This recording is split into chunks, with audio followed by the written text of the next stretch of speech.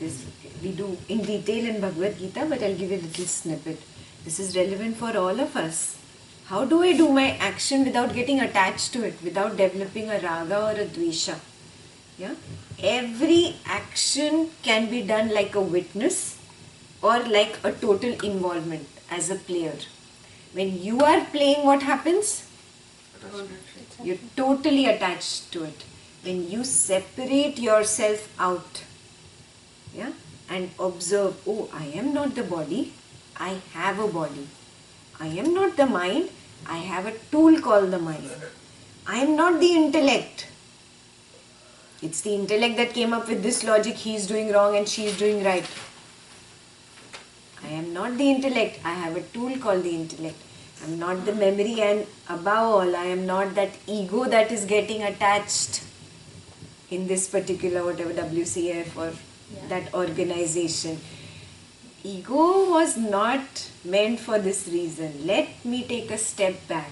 Who's taking a step back?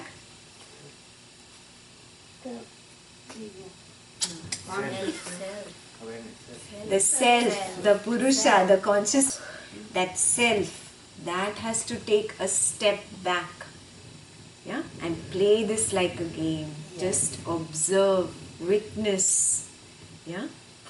I have a role to play. Remember, you had a drama to act in when you were young. You were Ram or Sita. You did your job perfectly well, but you didn't forget that you are Kunti or your Raj or your Shravan, right? You always remembered, no? Did you become Rama or Sita for the rest of your life after that? You forgot your Kunti or Raj or Shravan. But this is what exactly happens. That's exactly what we do. You think you are Ram. Yes. You think you're Sita for the rest of your life. That is the separation we have to bring about. Then only can I drop my future agami karma. Wonderful. Yeah. Again and again, take a step back. Okay, right now my ego got hurt because she said this or he said this, and this ego started playing this whole politics and this gymnastics. I'm going to stop this right here. I'm just going to be a witness to this action. I'm not going to stop the action. Work must go on. I am not going to get egoistic about it. I am not going to get attached to it. Just play it like that drama of Rama and Sita, how you played. Got it? This entire path is going to take a long time. You all went to school. You did architecture, medicine, engineering, whatever. How many years of education did you totally do? 13, 14, 15 years. Yes. Some did 16, some who did medicine in this country after coming from India did 20 years of education totally. Yeah. You've taken that much, 14 to 20 years to educate your mind to come to a level just to make money. That's it. There's really no other goal. They're still learning. Yeah, some of them are still learning. Yeah. And now you're not ready to give enough time to spirituality. You have to give at least that much time. Ready? Don't say, oh, I've already been here 14 years. That's a new thing that comes up. Arey, but 14 years you didn't make an effort.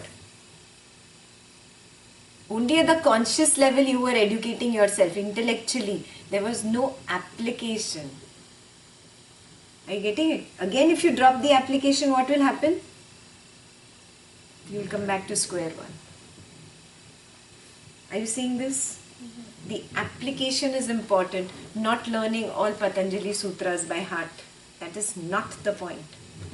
So maybe we should do whatever we want to do until we are 45, 50, 60 maybe, and then focus the rest of our lives only to write off all the... So sweet. So okay, I'll tell you one. Layers, right? You have education for 15, 20 years. Then you have your dharma for all the different things. And then you don't have that much responsibility. So then you don't have that much raga or dvesha. So you can actually identify all of them.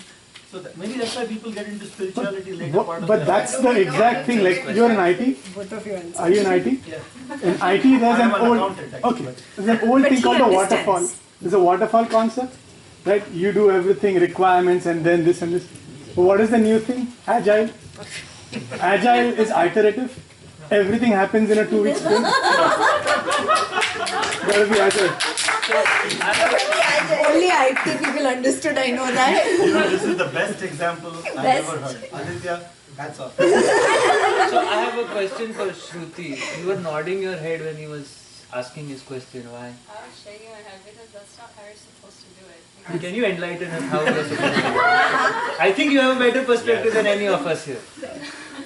Because like the whole point of spirituality is so that you can apply it to your life. If you only do it when it's easy, when you don't have responsibilities, that's not the point.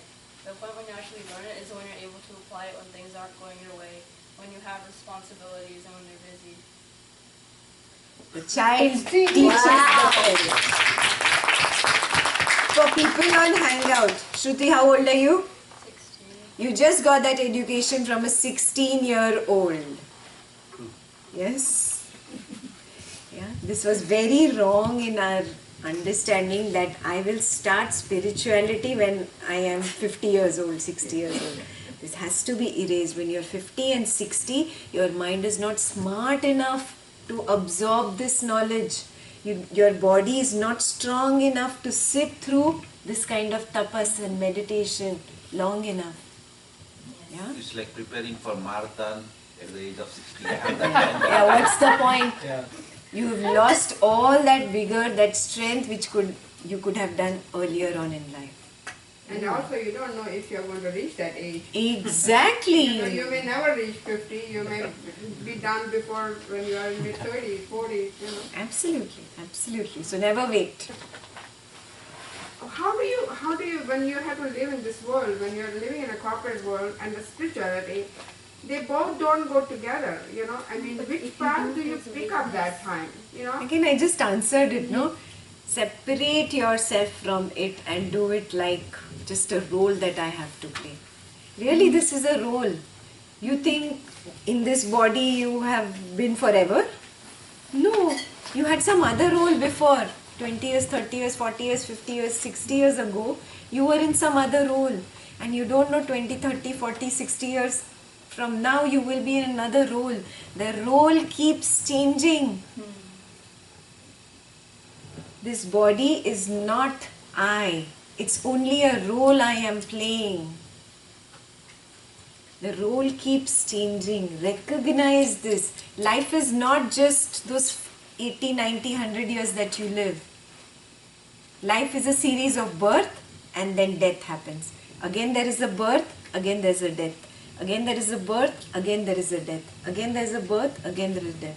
This entire equation from here to here till infinity is life.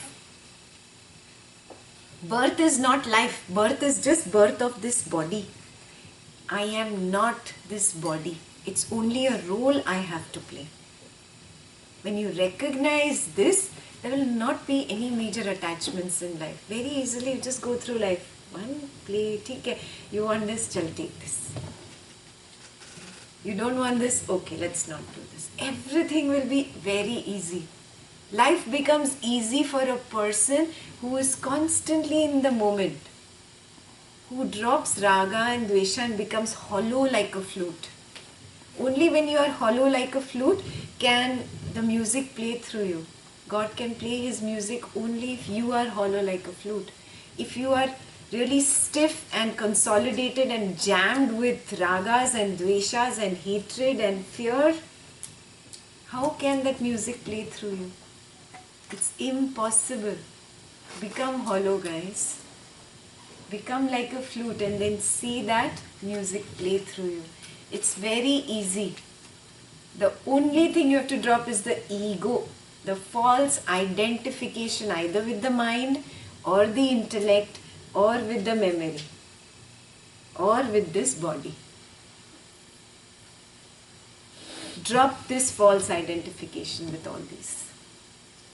Again and again recognize, I am not this body, I am just here to play this role. Yeah? I may not be able to see it right now. Intellectually, I may not be able to understand it. It's okay, I will take my time, it's my journey, but I at least commit to walk this path. Can you do that?